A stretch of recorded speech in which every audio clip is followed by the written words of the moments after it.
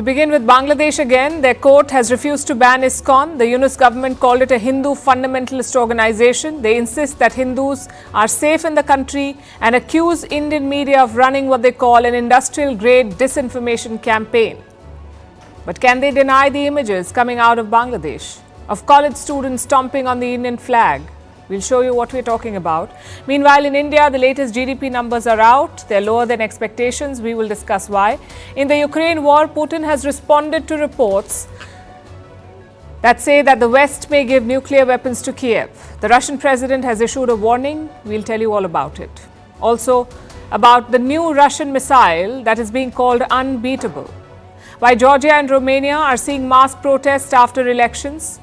How Canada is snooping on Indian diplomats. Why Chad has told French troops to get out of the country. Why Australia has banned social media for children under 16 and whether it's a move in the right direction. What's the story of Black Friday sales and the history and the hype. And why a new cafe on the Korean border is making waves where you can sip a latte and get a view of North Korea. All this and more coming up. The headlines first. Syrian rebels enter the second largest city of Aleppo after clashing with government forces on the city's edge. This is the first time the Syrian opposition has attacked Aleppo since 2016. The fighting that began on Wednesday has killed at least 250 people. Iran holds nuclear talks with Europe as tensions rise. Talks in Geneva include Britain, France and Germany. Iran says it could end the ban on possessing nuclear weapons if sanctions are reimposed. Both sides seek to break the nuclear impasse before Trump's return. Ireland goes to polls in a tight election race. The three main parties are neck and neck in the polls. The cost of living crisis dominates the campaign as Ireland struggles with a severe housing shortage. France offers the world a look inside the restored Notre Dame Cathedral.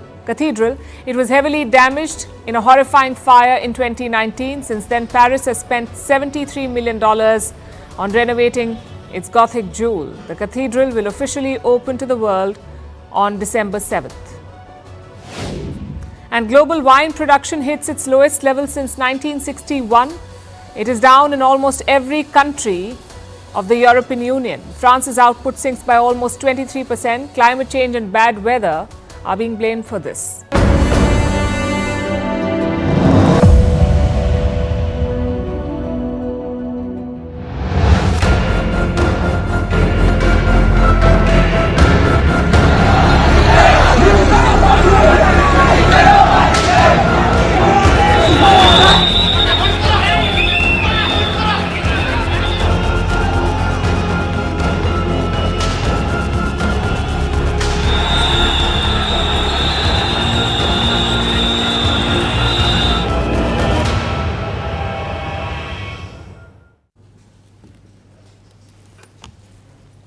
The pressure is building on Mohammed Yunus, both from within and outside.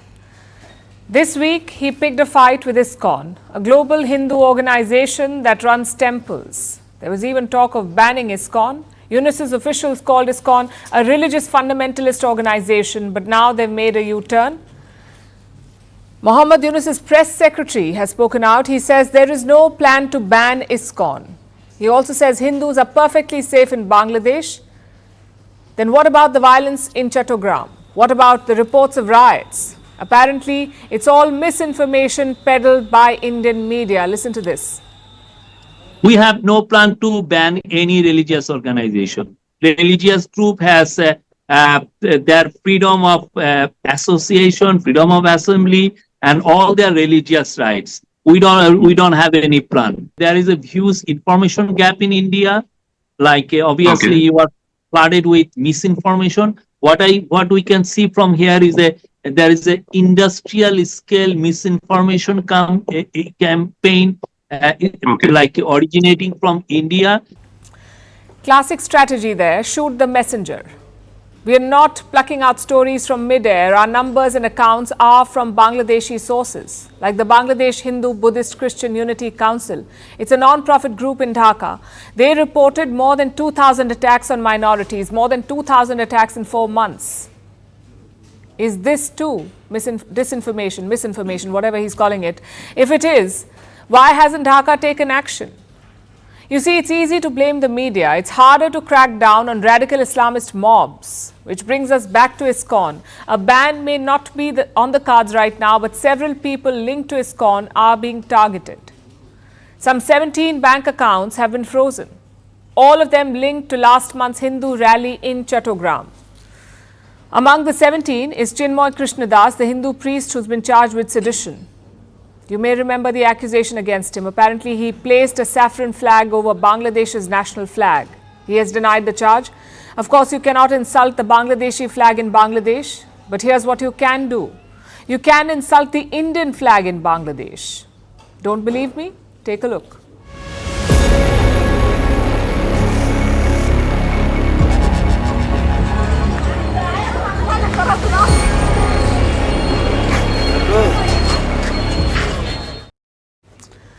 Those were colleges in Dhaka and Noakhali.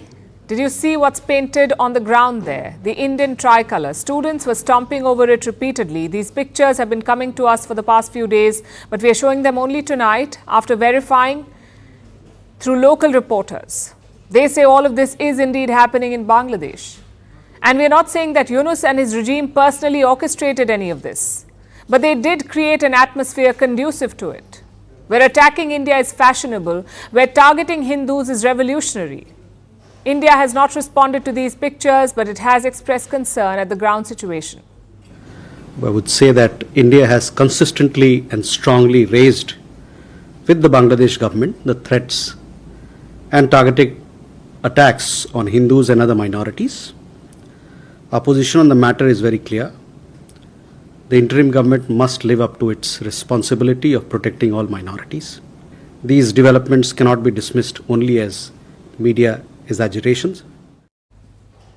ISKCON has also hit back. Listen to what their leader in Bangladesh said to this. We want to make it clear that ISKCON Bangladesh has no involvement whatsoever in the ongoing protests.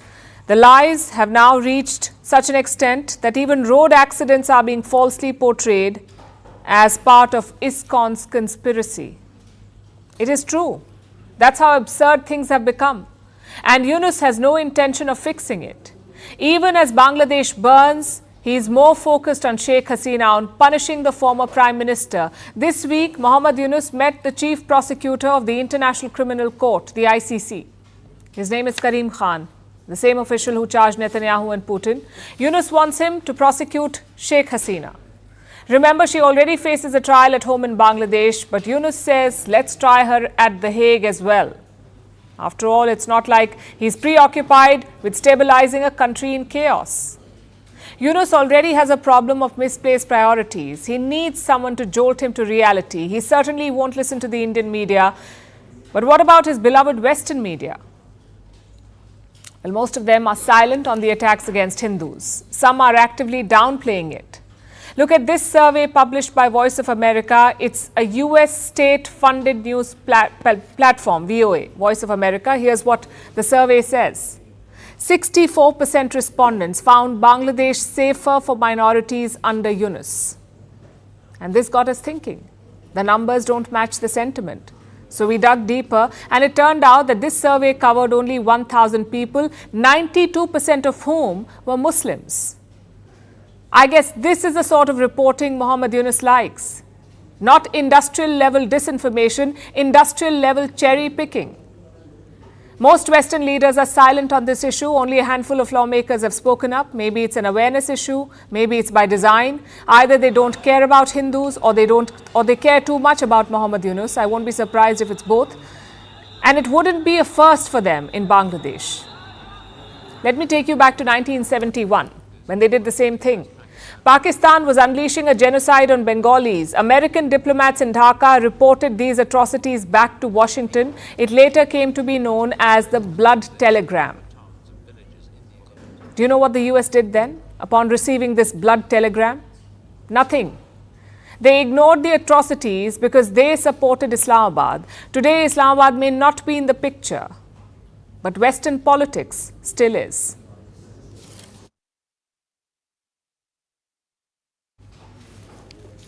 Now let's talk about the Indian economy. It appears to be slowing down. After years of rapid growth, it is hitting a speed bump. Fresh GDP numbers are out and they do not paint a good picture. In the last quarter, India grew at just 5.4%. That's a two-year low. In the previous quarter, the growth rate was 6.7%. So this is a sharp decline. It's also well below expectations. Economists had predicted a 6.5% growth rate for India. What about India's Reserve Bank, the central bank? It was aiming for 7% growth rate for the entire year. Now that target appears tough. So what happened here? What explains these numbers? There are a few signs of distress. For starters, wages in urban India have contracted. This impacts the middle class directly. Their incomes are shrinking, and it's showing in consumer spending. Even on items like food, the middle class is cutting back. Citibank recently released a statement, an assessment. It says that there is a sharp slowdown in household spending and that consumer spending fell to a two-year low this month. Again, why is this happening? The report says it's because people are earning less, so they're spending less, even on the basics. They've cut down on the spending. And leading companies are feeling the pressure because of this. Like Maruti Suzuki, India's largest car maker, Bajaj Auto, the top seller of motorcycles, Hindustan Unilever, India's biggest FMCG company. FMCG means fast-moving consumer goods. All these companies have reported weak earnings. They are worried about low demand from the middle class. So that's one area of concern, the financial distress in the middle class. The second worry is government spending. This has been a slow year. Government spending is a major driving force for the economy. It creates jobs, which has a trickle-down effect on the rest of the economy. But this year, the government spending target was $132 billion. In the first half of 2024, just 37% of this budget had been spent. And the reason is the general election. India held the national election this summer, so several projects had to be delayed. Because governments, cannot launch major projects during election time. It is seen as a violation of the Model Code of Conduct. Big announcements can also influence voters, which leaves the government with two choices. You can either start major projects before elections are announced or wait until they are over. Now, India's general election was over in the month of June. That's when the results were announced. But the spending is yet to recover. The government needs time to reboot the projects. In fact, officials had warned about this. A statement was issued recently. It said the government may, and I'm quoting, the government may undershoot its spending target. So these are the two big reasons: shrinking income of the middle class and slowdown in government spending. Some key sectors have also been sluggish, like manufacturing and services. But it's not all bad news. There are some positive signs as well. Spending in rural India is starting to pick up. The recent festive season would also help. We'll see the results in the next quarter numbers perhaps. Consumer spending by Indians was strong. Autumn crops have also been healthy, so farmers are expecting a bumper harvest. All this could help the Indian economy bounce back. The RBI is optimistic. It has kept its growth projections unchanged. In recent years, the global economy has gone through a period of continual and unprecedented shocks. Global trade is projected to remain higher in the current year than the previous year, notwithstanding the sanctions, the tariffs, import duties, rising cross-border restrictions, and supply chain disruptions. Emerging market economies have shown greater resilience than advanced economies in the current phase. Amidst these headwinds and contradictions, the Indian economy is sailing through smoothly, powered by buffers like strong macroeconomic fundamentals, stable financial system, and resilient external sector. So the RBI's growth forecast remains unchanged. The bank has a critical role in reviving India's economic growth. It has to manage inflation, which has been consistently high. Last month, food prices surged by more than 10%. As a result, the RBI kept interest rates high, and it is unlikely to lower them anytime soon, not until inflation is under control. Because high interest rates means expensive loans. So people borrow less, they have less cash in hand. This keeps inflation in check. Now, India's challenges mirror the global trends. Major economies worldwide are slowing down. In 2024 and 2025, the world economy will grow by less than 4%. If you compare that with India, India is still performing much better. Even with these numbers, India is among the fastest growing major economies in the world.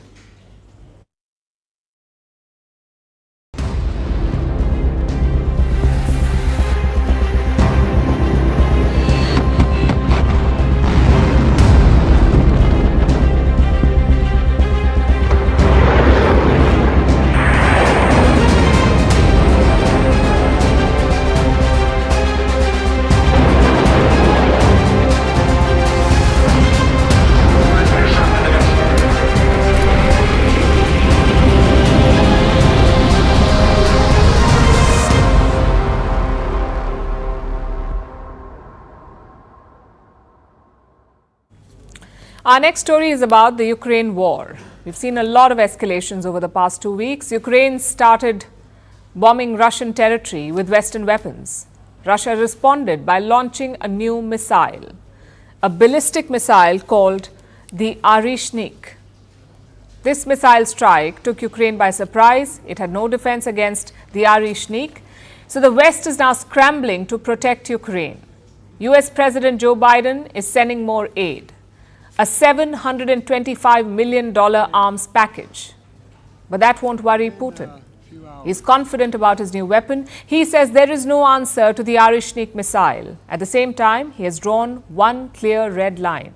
If the country with which we are currently engaged in military operations becomes a nuclear power, what should we do? In this case, we will use everything. I want to emphasize this. All the means of destruction at Russia's disposal. We will not allow this. That was a stark warning to the West. If they give Ukraine nuclear weapons, Russia will obliterate the country. But why did Putin make this threat? Is the West really giving nukes to Ukraine? A report to this effect has been doing the rounds. It came out last Thursday, the day when Russia launched its first Arishnik missile. This report sent alarm bells ringing in Moscow. Let me read the operative part. It says several officials even suggested that Mr. Biden could return nuclear weapons to Ukraine that were taken from it after the fall of the Soviet Union. That would be an instant and enormous deterrent. Apparently, some Western officials have come up with a dumb idea: giving Ukraine its nuclear weapons back. Some quick context. Ukraine used to be a nuclear-armed nation. Up until 1996, Ukraine was once a part of the Soviet Union. The Soviet Union disintegrated in 1991. Its nuclear weapons were given to 4 successor states: Russia, Belarus, Kazakhstan, and Ukraine. So yes, Ukraine was once a nuclear-armed nation. We don't know exactly how many nukes they had. Estimates range from 1,900 to 5,000 nuclear weapons. Now let's just take the lower estimate, 1,900. And also look at the nuclear-armed countries in the world today and the estimated number of nukes that they have. The US and Russia obviously on top with more than 5,500 each. Then comes China with 500, France has 290, the UK has 225, India 172, Pakistan 170, and so on. What do you notice here? Ukraine was believed to have had 1,900 nukes some 30 years ago, and that was a lower estimate. But that's still more than almost everyone today, barring the US and Russia. In fact, Ukraine had more nukes than most other countries put together. It had the world's 3rd largest nuclear arsenal, but the country chose to give them all up. So did Belarus and Kazakhstan. All of them gave their nukes to Russia in exchange for security guarantees. This was part of a deal known as the Budapest Memorandum.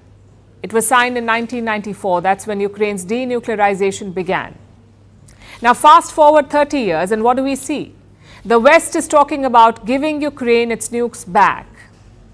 And just to be clear, this is according to one report that said it was anonymous Western officials who suggested this. They made the suggestion to President Joe Biden. There is no indication that Biden will listen to them. He should definitely know better.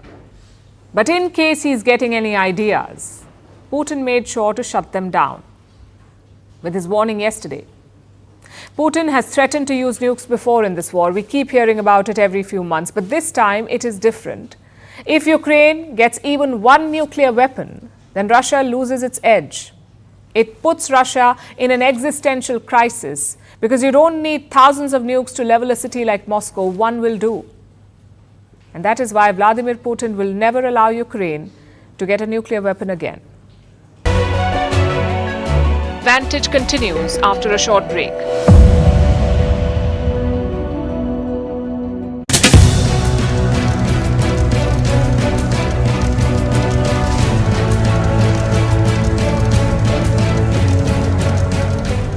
Those for the question say aye. Aye. Against no. I think the ayes have it. Social media will soon be banned for under 16-year-olds in Australia after a new law sets a benchmark with one of the world's toughest regulations targeting big tech. It forces tech giants from Instagram and Facebook owner Meta to TikTok to stop minors logging in or face fines of up to $32 million.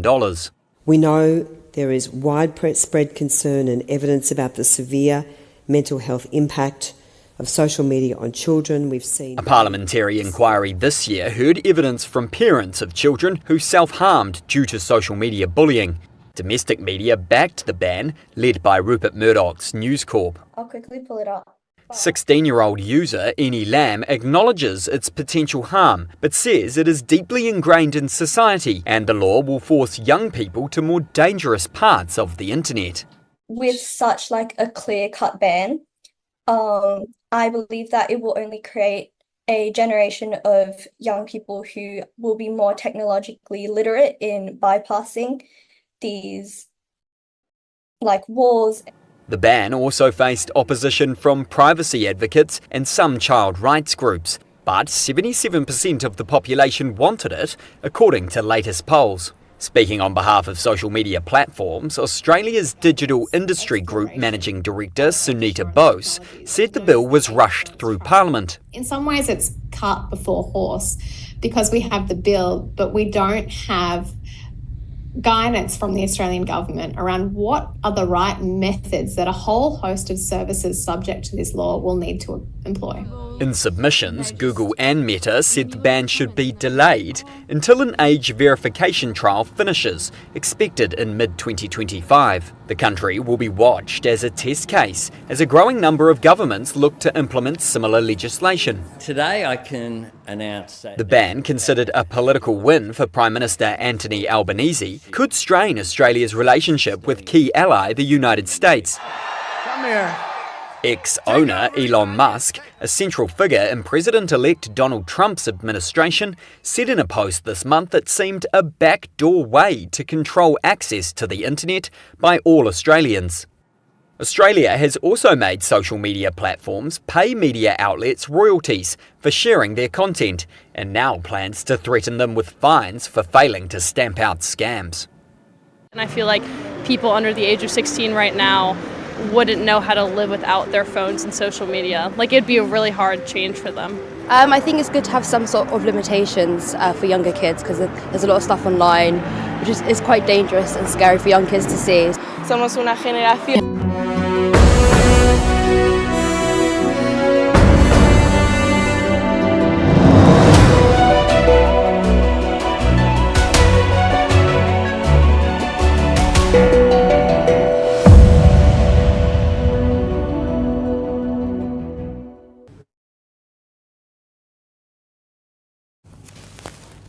So nukes are the talk of the hour, but Russia believes it doesn't even need nukes. It has another mega weapon, the Arishnik missile. It's supposed to be unbeatable.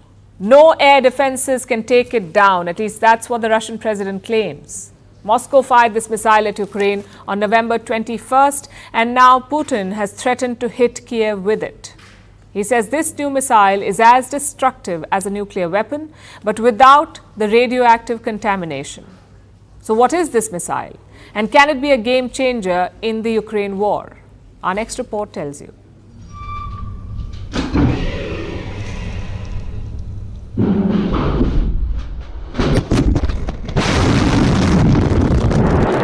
It's called the Arishnik, meaning hazel tree in Russian.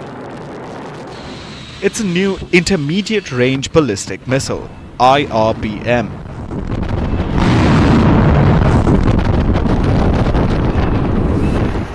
Moscow never publicly mentioned it before, but now this missile is dominating headlines. Why? Because Russia fired it at Ukraine last week, and now it threatens to hit Kyiv with the same missile.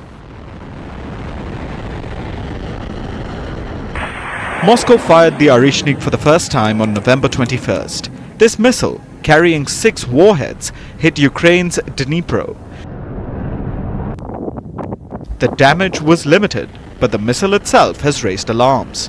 Russian President Vladimir Putin says it is unstoppable, that air defenses can't intercept the Arishnik.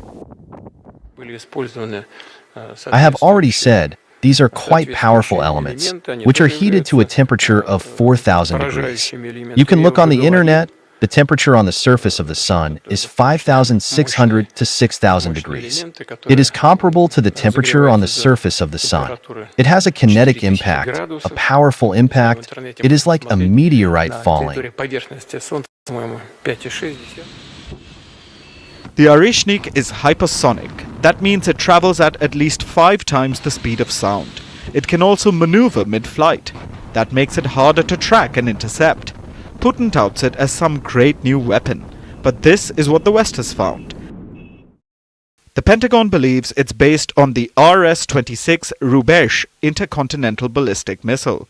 It was capable of carrying nukes. Moscow tested it multiple times, yet it was never deployed. An examination of the debris shows that this new missile was derived from that. The missile itself was launched from Kapustin Yar, which is about 800 kilometers from Dnipro. It reached a top speed of 13,600 kilometers per hour. There wasn't much destruction, but Moscow compares it to a nuclear weapon. It says that this new weapon is just as destructive, but it doesn't carry a nuclear warhead or spread radioactive contamination. The missile can hit even highly protected and deep-lying targets. According to military and technical experts, in the case of a massive group use of this missile, that is, several areas at once in one strike, the power of this strike will be comparable to the use of nuclear weapons. Although Orishnik is of course not a weapon of mass destruction. Russian media is obviously celebrating this. Many are calling it the next big weapon. Reports suggest that Russians are even naming their children after the Arishnik, but the West remains skeptical. Ukrainian military experts even say that there is nothing called the Arishnik, that this is just another modified intercontinental ballistic missile. If the weapon were inherently terrifying, he would just use it. But that's not quite enough. He's had to use it, and then he had to do a press conference, and then he had to do a second press conference to say, hey, this thing is really scary. New or not, the Arishnik is less about military prowess and more about scaring Ukraine. Kyiv is the capital of the war-torn nation. It's already very well protected, and since 2022, it has withstood many strikes. But the talk of a new missile has still caused alarm, and that is Putin's motive here. Russia is already making gains in the battlefield. It has Ukraine scrambling for aid and weapons. Putin hopes that chatter about his new missile can tip the scales in his favor.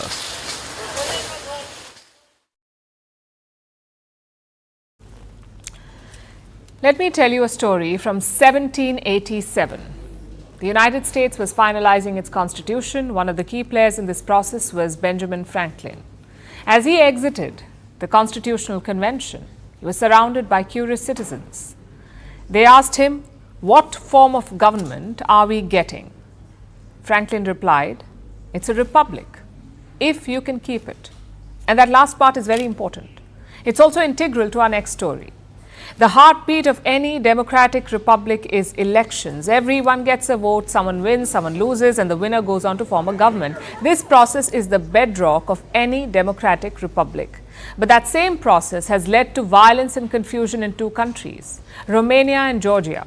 Let's look at Georgia first. Its capital, Tbilisi, was rocked by violence. Today, hundreds of people hit the streets in protest. They were opposing a recent decision by the ruling party.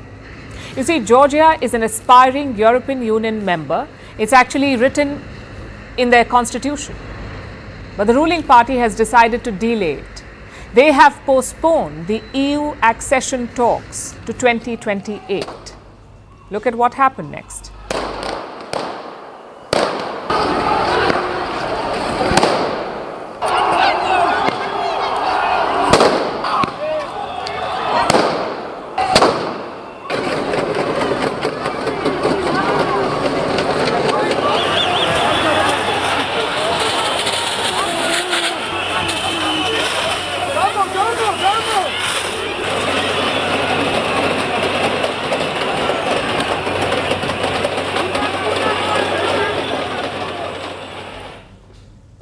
Riot police were deployed, water cannons and pepper sprays were used, and dozens of protesters were arrested.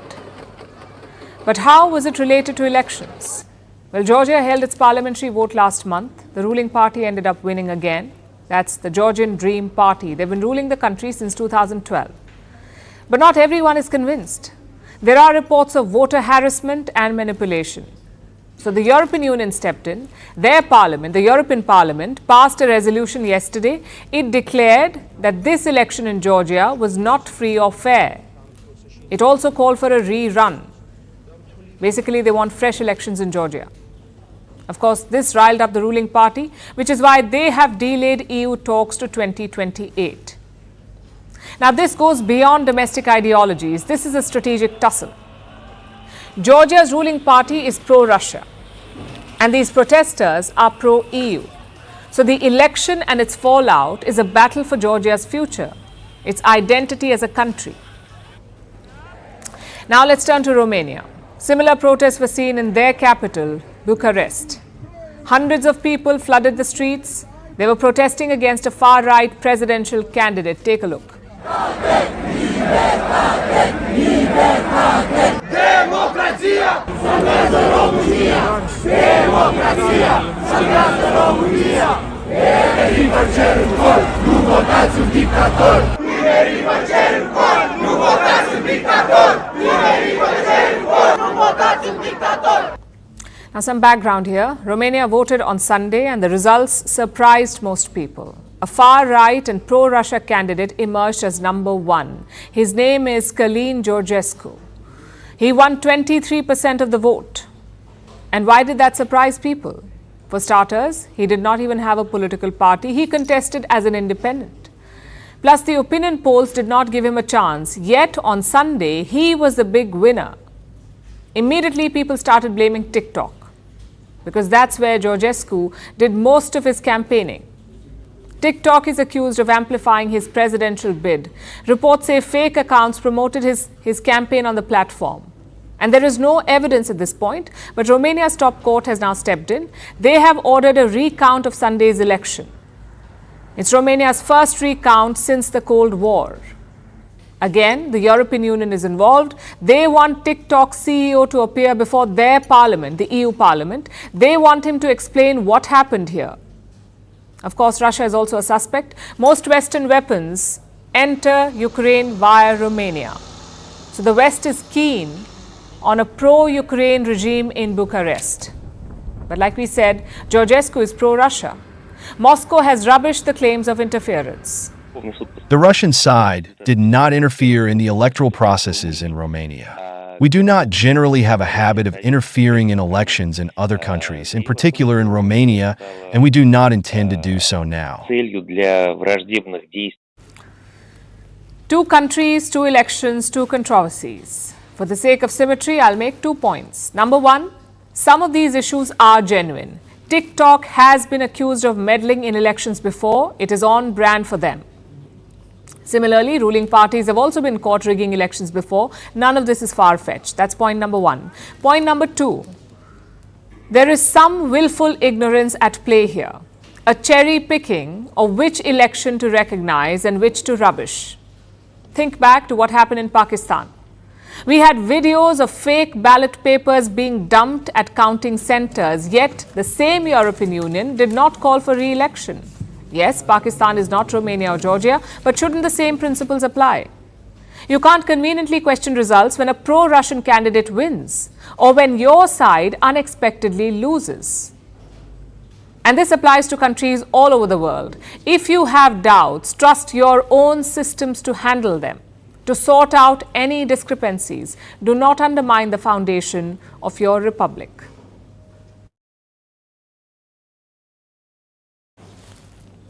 Canada is at it again. The Trudeau government is provoking India again. It has put Indian diplomats in Vancouver under surveillance. The methods are invasive. The Canadians are engaging in audio and video surveillance. Even private communications of Indian diplomats have been intercepted.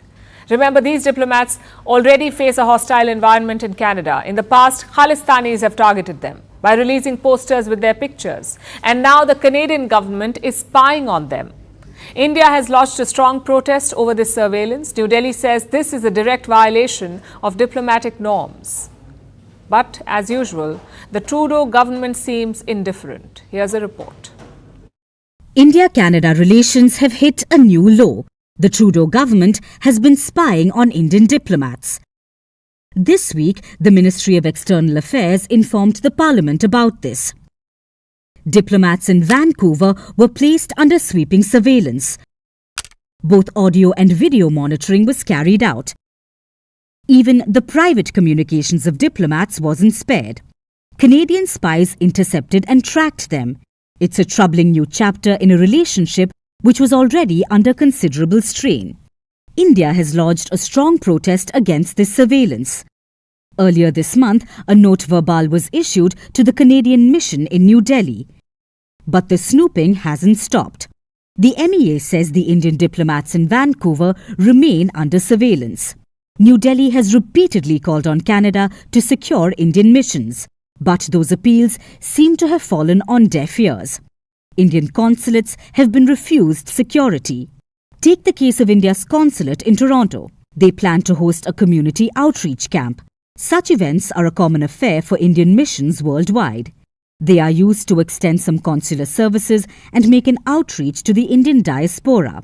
But in Toronto, the Indian consulate couldn't go ahead. Canada refused to provide security for the camp. These events have become targets for extremists in Canada. This month, a consular camp in Brampton was targeted.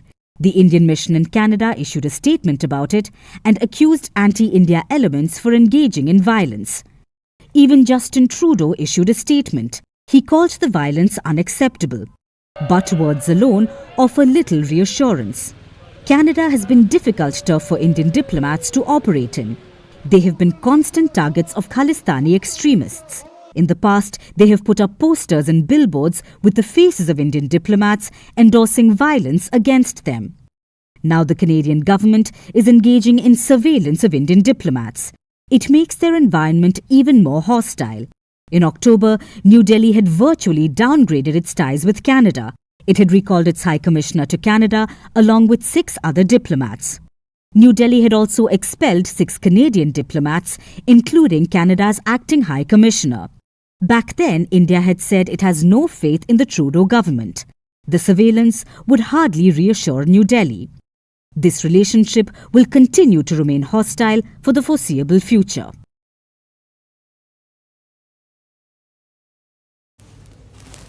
Now let's look at France. It's had another setback, this time in Central Africa. Yesterday it lost its last remaining base in the Sahel region. It has been asked to get out of Chad. Chad is a country in Central Africa. It was once a French colony like a lot of other African nations. Chad became autonomous on 28 November 1958 and it became fully independent 2 years later in 1960. But the 28th of November is still a special date in Chad. It marks an important step towards freedom, which is why Chad chose yesterday, the 28th of November, to break with France again. Their government put out this notice. It terminated a defense agreement. The agreement allowed France to deploy troops in Chad. But now Chad has torn it up, which means French troops deployed there will have to leave. There are 1,000 French soldiers deployed here. They will have to start packing up soon. But how did this happen? What led to this? Look at the timing. The French foreign minister has just concluded his visit to Chad. He met with Chad's president, Mohamed Deby. We don't know what they discussed, but right after that meeting, Chad tore up the defense pact. Their foreign minister said, and I'm quoting, France must now also consider that Chad has grown up, matured, and is a sovereign state that is very jealous of its sovereignty. It's an understandable reason why should Western powers station their troops in former colonies. Imagine if the British left thousands of soldiers in India. If British troops remained here decades after India's independence, it wouldn't have been acceptable to us. So we do understand wanting to guard sovereignty, but this is only one part of the story. There are 2 more. To understand the second part, we need to zoom in. France had many colonies in Africa. Let's show you a belt stretching from Chad all the way to Mauritania. All these former colonies hosted French troops. They were all part of a security grouping called the G5 Sahel. All these former French colonies were dealing with a common problem, terrorism. That was France's justification to deploy troops. But they failed to fix the problem. They failed to contain the terrorist groups. So slowly the African nations started getting annoyed. 3 of them recently had coups: Mali, Burkina Faso and Niger. Their militaries overthrew the civilian governments and then they kicked out the French troops as well. These coup-hit Sahel nations blame France for their terror problem. They say the French troops were not doing enough. And ordinary people seem to agree because anti-France sentiment has been brewing in the Sahel. It's prevalent in Chad as well. And this may have contributed to the government's decision. The third and the last reason for this break may have been Russia. Moscow has been courting African nations, especially former French colonies. Mali, Burkina Faso and Niger have all switched allies. They kicked out the French and they brought in the Russians. Russian mercenaries to help the military juntas. And Chad has a similar situation. President Mohamed Deby is the son of a military dictator. His father, Idriss Deby, ruled for 30 years. Mohamed took over after he died. He orchestrated a coup and then held what is called a questionable election to consolidate power. So Deby may also want some Russian support to shore up his legitimacy. Russia has been reaching out to Chad. They've signed a few deals and a broader alliance is definitely possible. All these factors have influenced Chad's latest move: the desire for sovereignty, the anti-France sentiment, and the desire for Russian support. Chad was France's last stronghold in the Sahel. Now it has fallen. And France's troubles may not be over yet. There are rumblings from another former French colony, Senegal. Senegal's president has also taken aim at French troops. He says their time is almost up. So it looks like things will get worse for Paris in the days to come.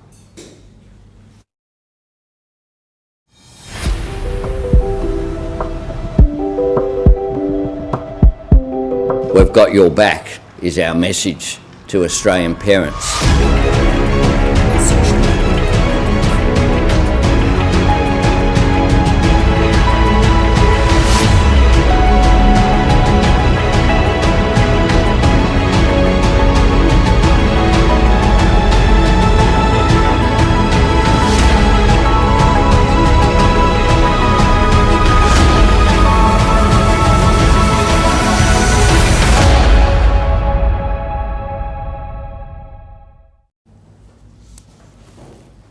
We've asked a question repeatedly on the show.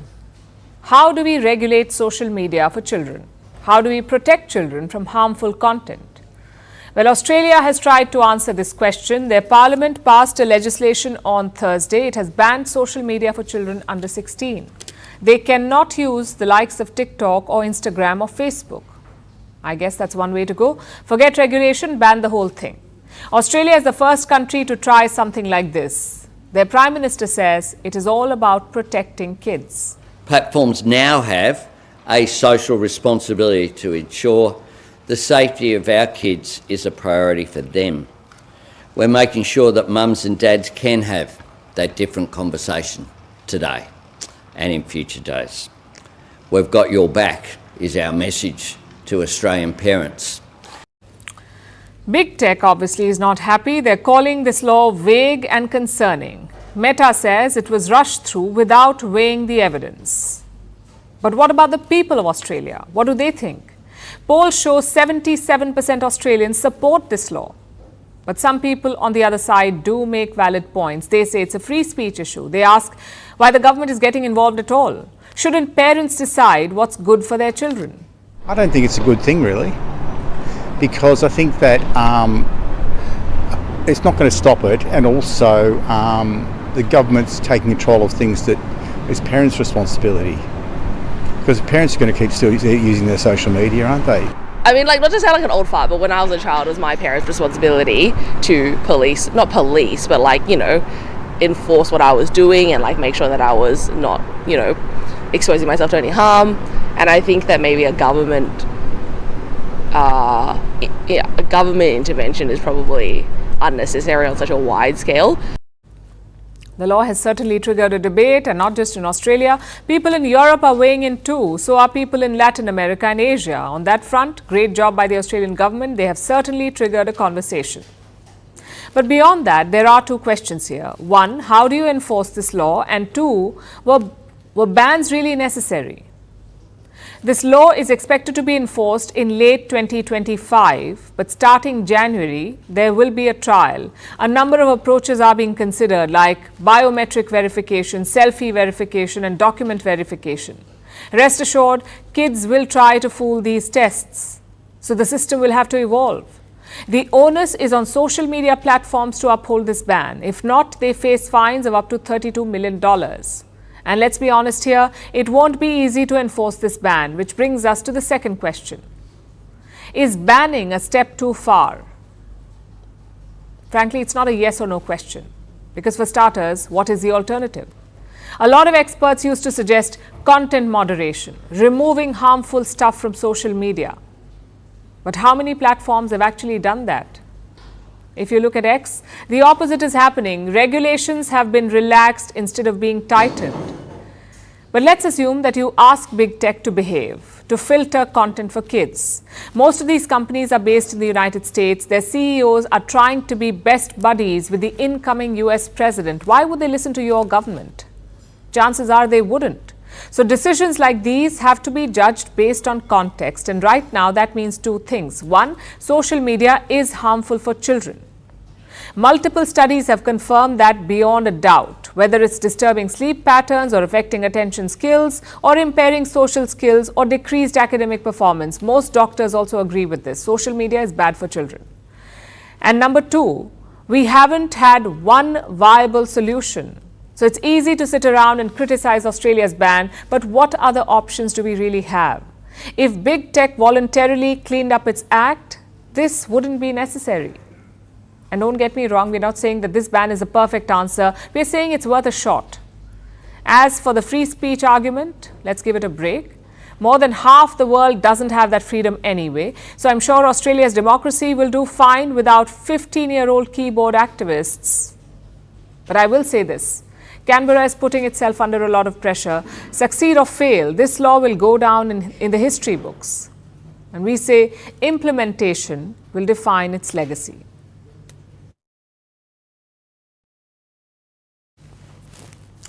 If you're perpetually online, you already know what day it is. It's Black Friday. Open any shopping website and they have the same words screaming out in different colors. Sale, sale and more sale. Black Friday is marked every year on the 4th Friday of November. That's the day after Thanksgiving. There are frantic shoppers, crowded stores, millions of online orders and the satisfaction of getting a good deal. That's what Black Friday is about, or used to be about. But how did it come about? How did it become so popular? And most importantly, is it still an unmatched deal? Let's look at the history first. The origin of the term itself is surprising. It was coined in 1869, not for holiday shopping, but for financial chaos. That year, 1869, two Wall Street speculators caused a gold market crash. So the US economy slumped. The day was dubbed Black Friday. Its association with shopping came much later. In the 1950s, in the US state of Philadelphia, it was the day after Thanksgiving. Thousands crowded the stores. They waited in endless lines on the streets. There were traffic jams. There was shoplifting. The day turned into a nightmare. The local police nicknamed it Black Friday. Then businesses tried to rebrand it as Big Friday, but the original term stuck. So in the 1980s, retailers finally saw an opportunity to transform Black Friday's chaotic image. They wanted to paint it as a day of profit. So they spun a new story. Listen to this. They said this was the day of profits, of financial turnaround for your business. So if it's in the red, if it's making losses, it will move to being in the black, hence Black Friday. It was complete hogwash, but it worked. It resonated with consumers. And thus began a mighty retail apocalypse. For years, people camped outside stores, elbowing each other in crowded aisles. Who cared about dignity when the washing machine was 50% cheaper? As the world moved online, so did the deals. Sales came on the 14-inch screen. and customers could not hit checkout faster. Humanity may not need another air fryer, but how can you resist if it's 40% cheaper? Who would miss a deal that's too good to be true?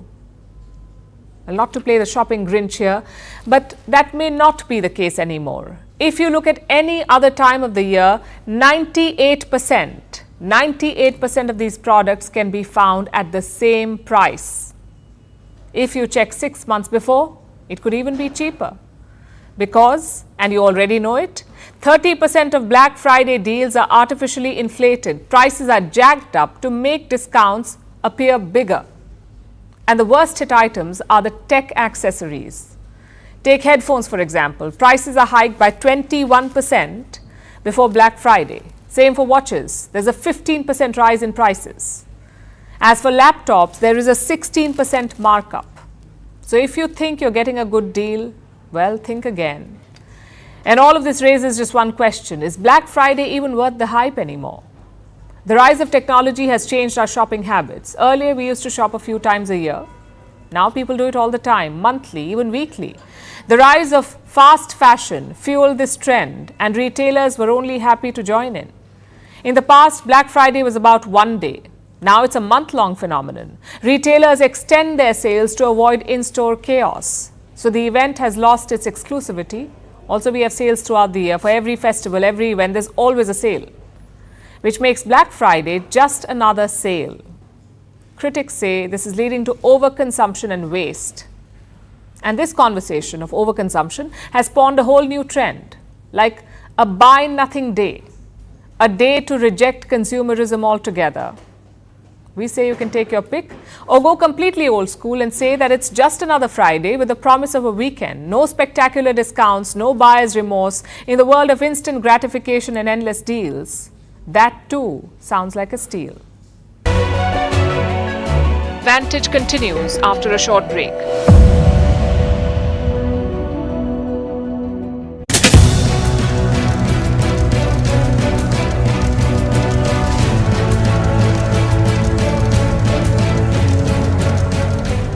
Those for the question say aye. Aye.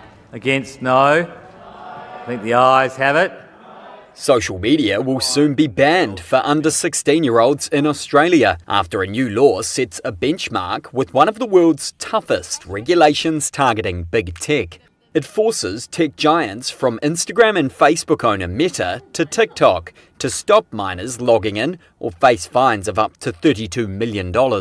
We know there is widespread concern and evidence about the severe mental health impact of social media on children. We've seen a parliamentary inquiry this year heard evidence from parents of children who self-harmed due to social media bullying.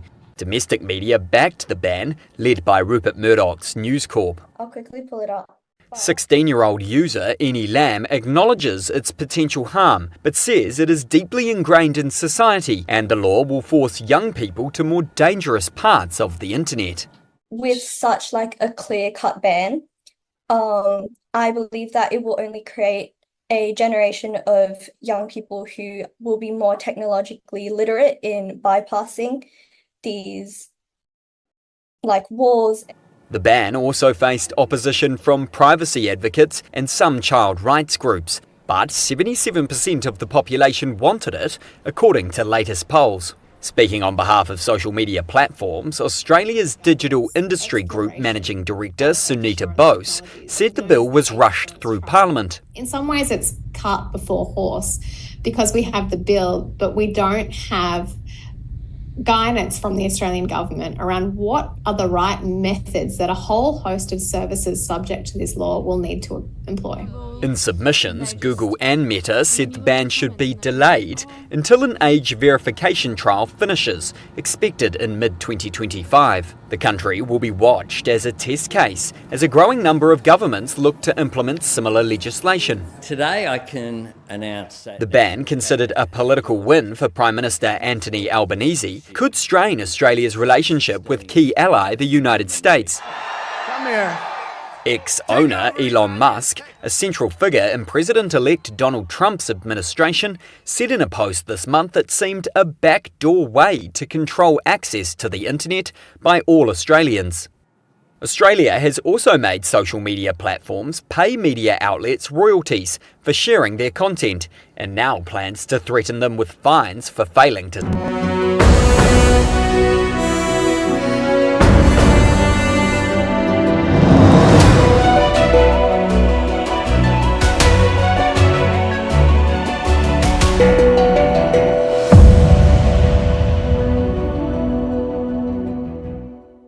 And now it's time for Vantage Shots, images that tell the story. Donald Trump marks Thanksgiving with his family and Elon Musk at Mar-a-Lago. NASA astronauts enjoy a zero-gravity Thanksgiving feast on the International Space Station, and New Yorkers brave the rain for the annual Thanksgiving Day parade. Finally, we're taking you back in history. On this day in 1952, newly elected U.S. President-elect Dwight D. Eisenhower headed to Korea.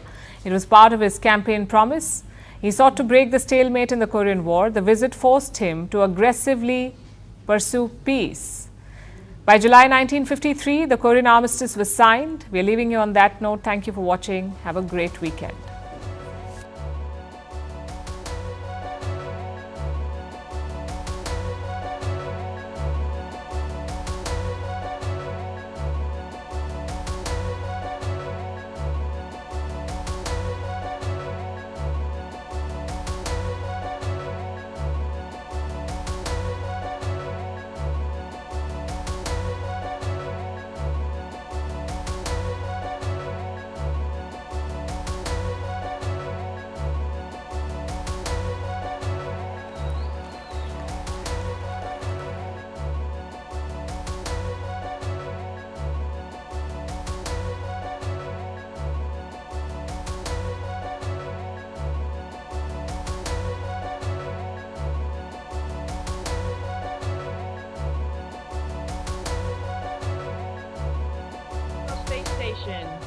Our crew up here just wanted to say happy Thanksgiving to all our friends and family who are down on earth and everyone who is. So we've got a container here of all the things that we're going to enjoy on Thanksgiving.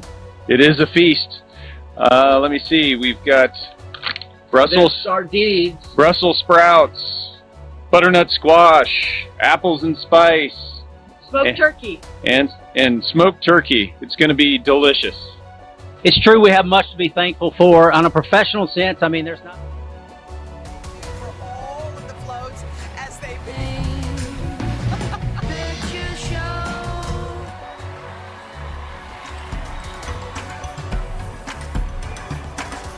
Her Thanksgiving debut, everyone's favorite sweet and signature yellow heels, and she is dazzling her millions of fans along the way. And I don't know if you know this, Savannah, Minnie just had her first, been on quite a tour through New York. Yeah, and of course he has his back to take in the views and spread some of their... And cheering him along the way. Yeah, swinging in style and back in the parade after more than a decade, it is your friendly neighborhood Spider-Man. With his iconic red and blue suit, this amazing balloon is based on legendary...